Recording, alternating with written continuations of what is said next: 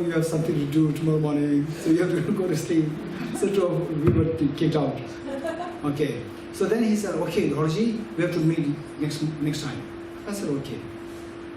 Then we met next time. He said that I'm going to invite you for lunch and we'll meet. Not really for lunch. Okay. So then, the next meeting, what he said was that he made a very strong statement. He said that in this world, okay, how many of you are from physics? One. Anyone from other physics? No one from physics. Okay. Okay. So what he said one thing which is a huge, bold statement he made. He said, in this world is only physics is education. Okay, how many of us we are not into education? Right? Okay. So he said, in this world only physics is education. Then I said, wow, what made you make this statement, bold statement?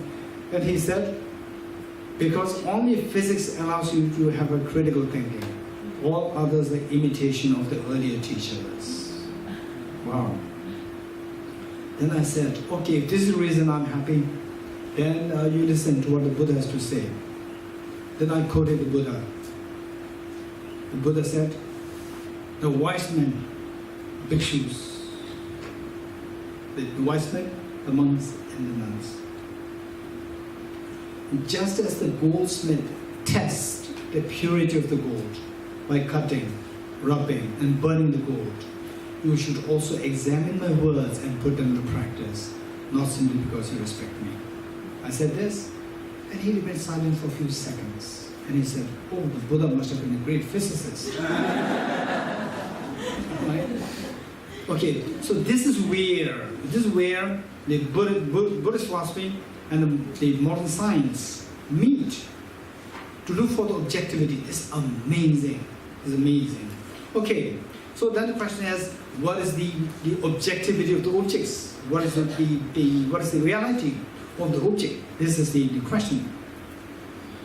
Okay, for this, to discover what this reality is, we see that reality itself has so many layers. Right? So many layers. And say, the less you are aware of the subtle realities, the more you are ensnared by the grosser reality, the grosser misconceptions, the grosser ignorance, the more we are bound to go through miseries. This is the reality. Good? Yeah, right? Okay. So the question still remains, what's the reality? What's the reality? Don't forget it. Okay. Is there anyone who likes to volunteer to remind me tomorrow? What is the reality? Anyone who likes to volunteer to ask me tomorrow? Yes, here or... Okay, there are three. Raise hands. 3. 1, 2. 1, 2, 3. Right? Okay. Say tomorrow, if I don't touch this area, what is reality? I'm not responsible. There are three people who should be reminding me, right? Okay, so what's the reality? So keep this in mind. Now we are talking about all composite things impermanent. And impermanence, we are talking about that the two levels, gross and subtle, or three kinds, impermanence, where you put effort, it stops, you don't put effort, it stops, or when you put effort, no effort, it automatically comes to an end. The third category, when you put effort, no effort, it'll keep going. So three categories. With this in mind, the good thing is that our miseries, if you expect them to come to an end, one day automatically it will come to an end. This is illusion. You are living in the world of illusion. It will never come to an end on its own. The way this lady, the professor's wife, this lady said that, oh, I'm not coming to samsara next time. I'm fed up with samsara, right? If it's that easy, it's wonderful. Unfortunately, this is not the case. What samsara is, you have to identify the cause. Yeda dharma hetu prabhava. You have to identify the cause. And then eradicate the cause. Only then samsara comes to an end. Unless you identify the cause and eradicate it, Samsara will never come to an end on its own, right? Samsara, don't think of samsara as a separate world system, right? The fact that we go through miseries, and miseries finally manifesting in the form of the loss of freedom. The loss of freedom. Loss of freedom, this is the final understanding of what misery is, right? So I don't want pain, and pain happens, which means I don't have the freedom to choose not to have the pain. You getting it? So this is loss of freedom. I don't have the freedom to choose not to have the pain. Likewise, without this fan, I start, sweating, and partly it was my the ignorance of taking hot tea immediately before coming. My wrong calculation. I should have drunk taken some cold water rather than hot tea. Okay, so the point is that we have to identify the cause and eradicate it to eradicate the miseries. Okay, so for this, what we're saying is all composite things are impermanent. Then this impermanence, the gross impermanence that we see, for example, the pains that we go through, they all form under the category of the impermanence, right? Happiness that we have, they disappear, we are unhappy. We create this more, coming, not coming, we are unhappy. So this is how the miseries. So these miseries, we see that the impermanence, the change, and all these change that we see around, these change, for example, the change that you see, say how many of you are in your 20s? Raise hands. 1, 2, 3. Okay, let's say you are in 30s, 40s, 50s, 60s, whatever, right? Say you have this number of years of experience, life experience. In this, we discovered that there is a tremendous change happening. Some of you might have witnessed where there were no village at one point, was like a very barren land, empty land, and then after a while, whole village comes into being, city comes into being. You must notice that. Yeah? So these are the impermanence. And then where there was a village flourishing, town flourishing, because of the landslide, tsunami, everything washed away. Impermanence, right? Okay, so all these impermanence, which we see as impermanent, and then the sea of which it gives a feeling of what? Feeling of, okay, what is that feeling there? How would you describe this feeling? Say somebody, like the movie actors and actresses, right? One is very famous 30 years ago, 40 years ago, 50 years ago, very famous, and after 50 years ago, right? Say every year you see the photograph, and then after 20, 30 years, what kind of feeling coming in you? Huh? Sadness, feeling of hollowness in the life, hollowness, right? Okay. And it's quite depressing to see this happening, right? Okay. So the change, the obvious change that we see around, obvious change, which is so visibly seen over a period of time, that change is possible only if there's change happening on the yearly basis. The change that happens on the yearly basis is possible only if there's change happening on the monthly, weekly, daily, hourly, then minute, then second, millisecond, and so forth. Right? Without these subtle changes, the gross change is impossible. Do you agree with me or not? If you agree with me, okay, let us say that we plant the sapling today as a commemoration of our being together. Today, 2018. Sapling, a Bodhi tree sapling. Right? What is a Bodhi tree in English? No. Huh? In English. Huh? People tree, right?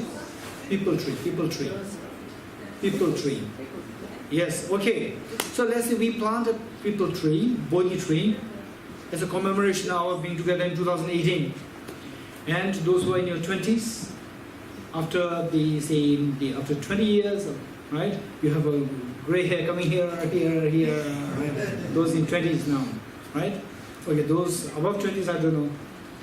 Those 20s, for sure, gray hairs coming here and there. Okay, you will be in your 40s.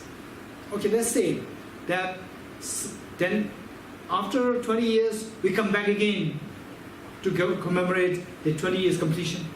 And then we see that, oh, there's a huge people tree growing here, like, say, 20 feet tall, right? And how come that last time we were here, there was no people tree, it was empty space here, now there's a big people tree here. We have a kind of a shock, or kind of surprise.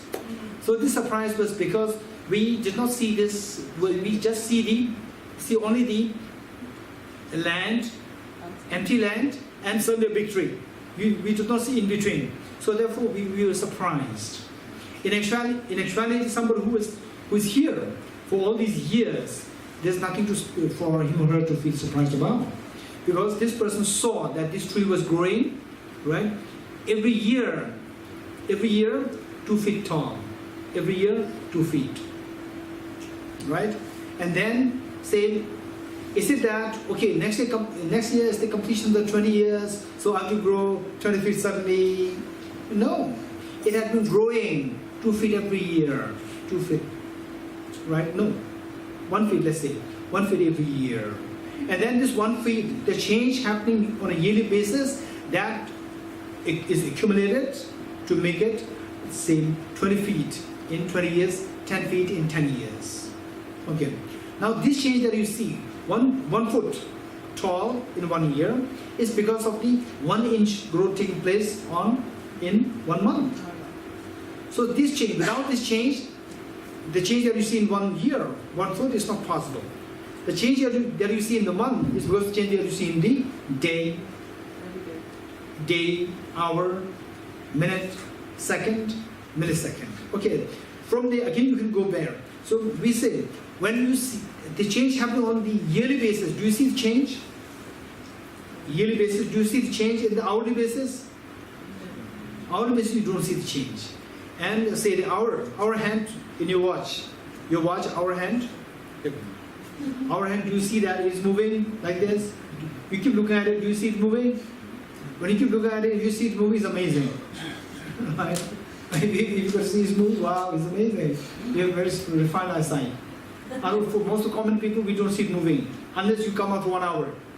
Right? You keep looking at it, you don't see it moving. What about the minute hand? Do you see it moving? Huh? Wow, then your eyesight is really good. Who's that? Right? You keep looking at it, you don't see it moving. Right? Okay. Now, second hand, do you see it moving? Yeah. Second hand, you see it moving. Tap, tap, tap. It's so obvious. Then, millisecond, you don't see it moving. No, what should be seen, you have not seen. What you have not seen, what should I say? Millisecond, yes. It's moving so fast. If you don't know the millisecond, the change that you see in the millisecond level, you check your mobile. There's the timer, there's the stopwatch, you press it and see how it moves. It moves so fast. You getting it? So the point is that, okay, look at the other person sitting next to you. Look at the other person sitting next to you.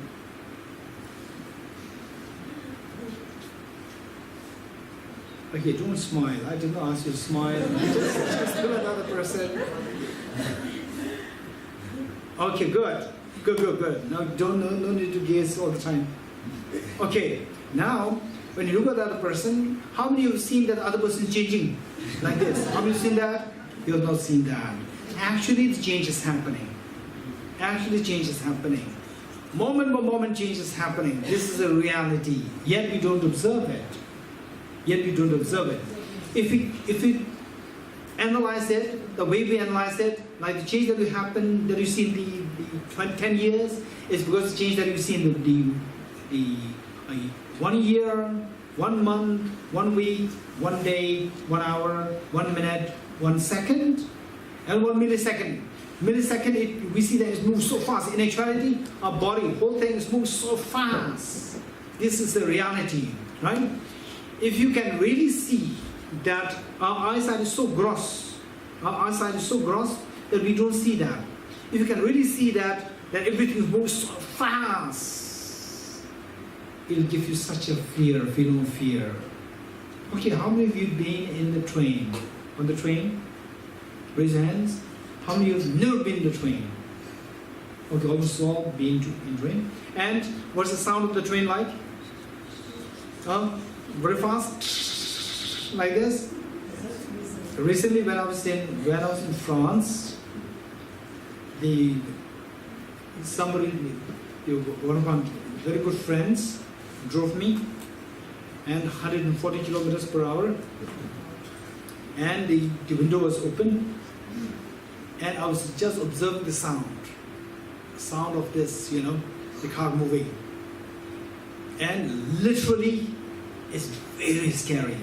Just I was observing this, deliberately observing this, because our body is moving like this. My mind is moving at this pace. And everything that I see around, they're all moving at this pace. And I'm just observing this. It's very helpful. It's very helpful.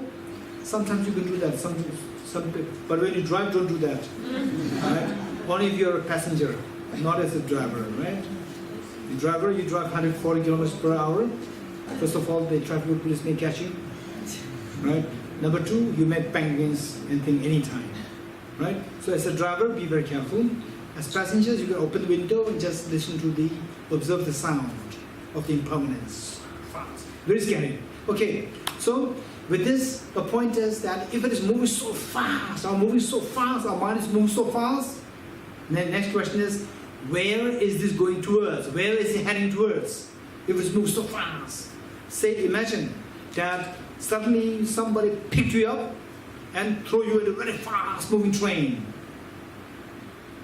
What do you think? What do you think? What do you think? If somebody, right?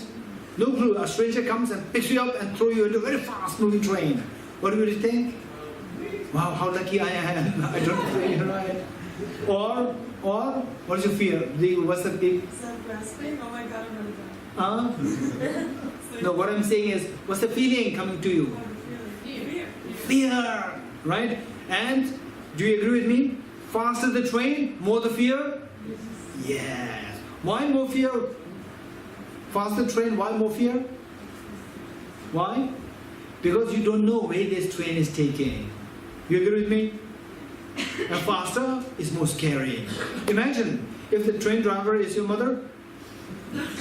Then you should feel joyous. You should be feeling happy that it's taking you to the picnic spot. Faster, it is better.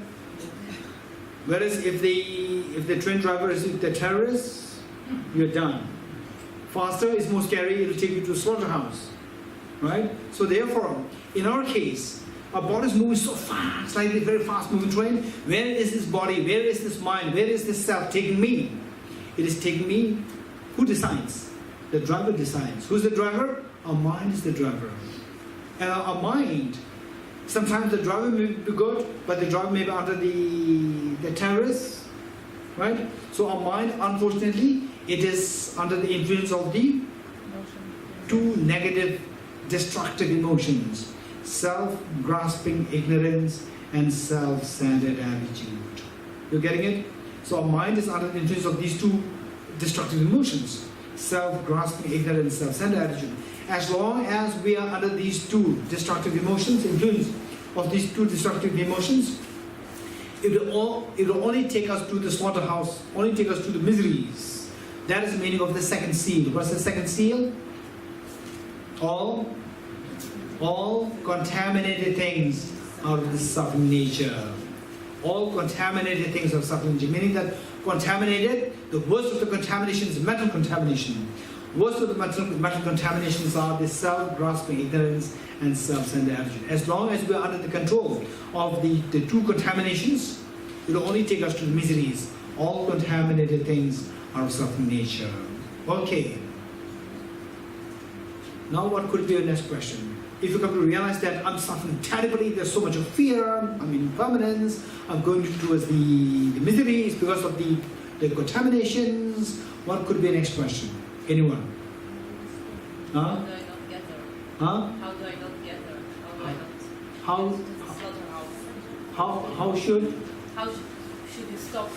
Okay, how should I get out of this? Yeah. How should I escape from this, the cycling, from this, the perpetuating suffering? How can I stop this? Okay, well, tell me, how should we stop this?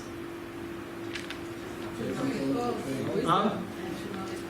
Okay, so say one example which I gave in Malaysia, no, Singapore, as well in France. It's the same. I live in Delhi. Actually, I live on the third floor. I live on the third floor, which is no way on the ground, right? And there's a problem. The problem is that my house is so damp. It's so damp, moisture, damp, and because of which I start to have the arthritis, asthma, happening. Okay, now the Israelis tell me, how can you help me? What should I do? How can I solve this problem? Raise hands. Yes, what should? Okay, one is move, right? Move. I'm very sorry, I'm not that rich, right? It's a big problem. Any more solution? Anyone? Fix the roof. Huh? Fix the roof. Oh, this is not from the roof. The roof is perfectly fine. Okay. Anyone else? Find the leakage. Huh? Find the leakage. Find the? The leakage. Okay. Good. So some say that the hire a maid to maid, the helper, to what? To clean the moisture every day. Some say what? The first one is move to the next house, which is not possible. Number two is look for a helper to always clean what is moist, clean them, make them. This is also not possible. Sometimes the helper also doesn't come, right? Okay. And then some people they said that buy a dehumidifier. Even dehumidifier also doesn't work sometimes, right? So there's some say that look for the cause where this dampness is coming from, right? Why I said the third floor is because for sure it's not from the floor, right? If it is the ground floor, then from the ground it can be the continuous water coming out. So for that, right, if you locate where this water is coming, dampness is coming, what is the cause? You see that there's a leakage happening. This leakage is not a big leakage, it's a small leakage. If it's a big leakage, then there's going to be whole water coming. There's no water, right? So it's just a dampness there. There's small leakage. For small leakage, just buy one glue for 1 shekel and put it there. You don't have to change the house. Right? It will cost you maybe several thousand shekels otherwise, right? So therefore, just if you identify the cause, fix the cause, problem is over, right? Okay. Now the point is that if all composite things are impermanent, and if all contaminated things are something nature, that we are moving so fast, we move so fast under the sway of the two contaminations. Contaminations, it will only take us to miseries all the time, endless miseries. Then the question arises, how to fix this? How to get out of this problem, right? Okay, now, how to get out of this problem? Tell me. So you told me that I have to check where the leakage is coming from. Where is the leakage? Right? Likewise, what should I do to get rid of this perpetuating suffering in samsara? What should I do? Huh? You have to look for the cause. What is the cause that we have learned thus far? self-grasping ignorance and self-centered attitude, self-cherished mind. These are the two causes, right? Get rid of these two causes. Okay, how to get rid of these two causes? Particularly, let's say, self-grasping ignorance. And of course, if possible, by tomorrow, I don't know how successful we will be in 2 days' time. Today and tomorrow, we have to be able to identify self-grasping ignorance, self-centered attitude, and be able to look for the remedies to overcome the two. You're getting it? This is very important. If possible, today and tomorrow, we have to do that. Okay, now for this, what I'm saying is that we have to look for, first then, get rid of the self-grasping ignorance. If you get rid of self-grasping ignorance, all our problems will come to an end. Okay, how to get rid of self-grasping ignorance? Anyone? How to get rid of self-grasping ignorance? Huh? Understand emptiness. Wow, okay. Self-grasping ignorance is the ignorance. So we need to remove the ignorance, we have to introduce the light of the wisdom. What wisdom? Wisdom to see the reality. Which reality? Which reality? The third seal says, what is the third seal? Everything is of the nature of emptiness and selflessness. So all these four seals, they're connected, linked to each other. Not just they are randomly set. Right? They're all linked to each other. So we have to see the reality, which is the third seal, which the third seal says, everything is of the nature of emptiness and selflessness, which is emptiness. Now, we have to know the reality of the emptiness. Okay, so now, with this, so we have to again understand emptiness, right? So we have to do what emptiness is. Okay. Again, we don't have enough space for the next registration. Right, there we have the kibbutz. Okay, so we have to do a little bit of emptiness. Okay. Okay, when are we going to do the emptiness? No. The next session or the tomorrow? Huh? Just now. Wow. Huh?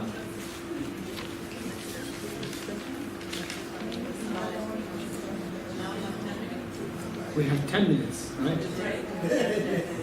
Okay, okay, now better would be, okay, don't forget this part, what is emptiness? Don't forget this part, right? Okay, who's going to volunteer? Okay, okay, gentleman over there, your name? Tomer and Dana, right? Two of you. Okay, two of you remind me, right? Okay. So now, let's go back to this point. I'll say the four mindfulnesses, right? The four mindfulnesses. What are the four mindfulnesses? Mindfulness of the body, mindfulness of feeling, mindfulness of the mind or consciousness, and phenomena. Okay, let's see. Okay, how many of you raise your hands when you speak about the cheesecake? Okay, you all like cheesecake, right? Okay, let's say that